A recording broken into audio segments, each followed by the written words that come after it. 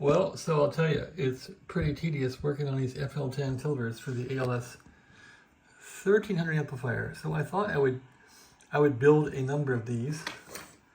Looks like that's a blank. I ran out of parts. Anyway, I start off with this little blank here, and I solder on the chip capacitors. There's 4 of those. And then I wind the coils up. And then I test these with a test jig. And so I test them by putting an input from the flex radio in this side, which would be in the linear basically, and then the output would be a 50 ohm load. So I test them on, say, 12 meters, which is what they cover, and go to transmit here and look for low SWR, which is about as low as I can make it on these things. And then I go to 10 meters and I do the same thing.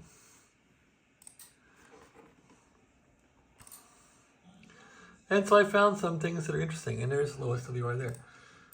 So I found some things that are interesting. These coils have to be pretty much in line, or else it doesn't work right. And I've had to unsolder this thing and get the coil looking symmetrical, or else I can't get it to really come down enough in SWR.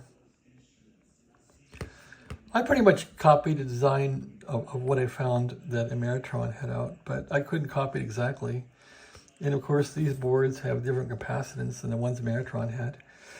They had 6 loops of wire, and I built some with 6 loops of wire that are hanging around here, like this one. But I found I had to really spread those out to get them to work right. So I thought, well, that's too much.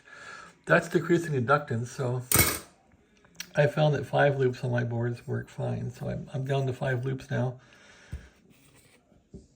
And it seems to work decently. So got some 5 loop models here. I'll sell the 6 loop ones too, because they work fine. They just look a little worse, but they work just great. Same testing involved. Each one of these is tested by hand on this test jig. So that should do it. Throw them in the amplifier, see how they go, and sell them off. These are basically unobtainium. I think they pop up once in a while and people pull my linears to try and make extra money. Like old Hammond Hi-Fi there, he'll get a linear in from the state, he pulls it out, sells the board separately because he makes more money doing that. That's how he does things. Max profit. Anyway, here's, I think, the first board I made. And this is a different manufacturer, different vendor called, what are they called? Osh Park. Very expensive vendor. But I think the board's high quality. Different capacitance, because I could run 1, 2, 3, 4, 5 loops here. This thing works like that.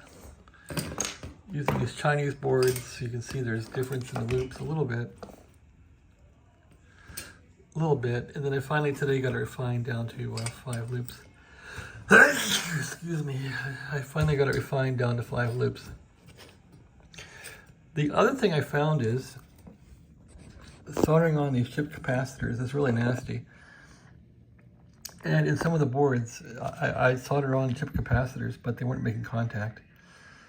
So in all these boards then, I had to scrape off and etch off the mask and extend these traces out and then just whale the solder on there to make these things perfect. Because I don't want these to open up on somebody when they're transmitting. So they're now pretty much bulletproof. Doesn't look real professional, but it should work. So that's the story here, what's happening. So how many of these do I have now? And I think I marked them all with OK that are good to go. So how many are okay? I think I got a bunch of these that are going to go out the door now if people want them. So yeah, I sunk some money into these, and if I can sell a few, I might break even. But development takes time, debug takes time, testing takes time. I guess I got 1, 2, 3, 4, 5, 6 ready to go. I guess I'll sell this one too. It makes 7. It might take years to sell these. I don't know what's going to happen with them. I got one in my amp over there too. I stuck one in my amp today. In fact, I should get a picture of that. Alrighty then. Yeah, I'll show you how it looks in the amp. I'm quite proud of it actually. I put a 5 looper in my amp and I got working today. So there it is. I'm quite proud of it. Because I've never made boards before and I learned how. Okay, thank you for watching.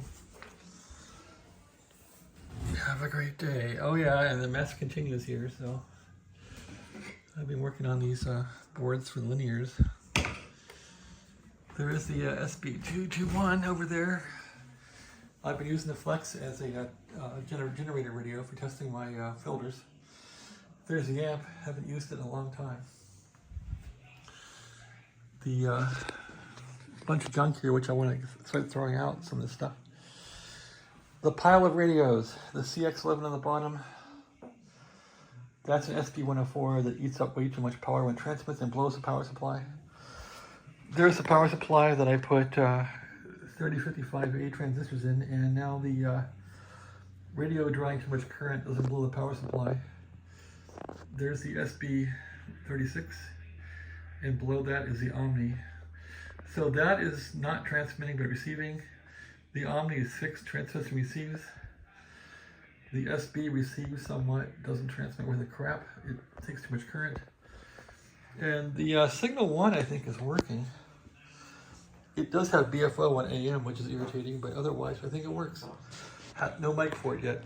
Okay, thanks for watching. Have a great day.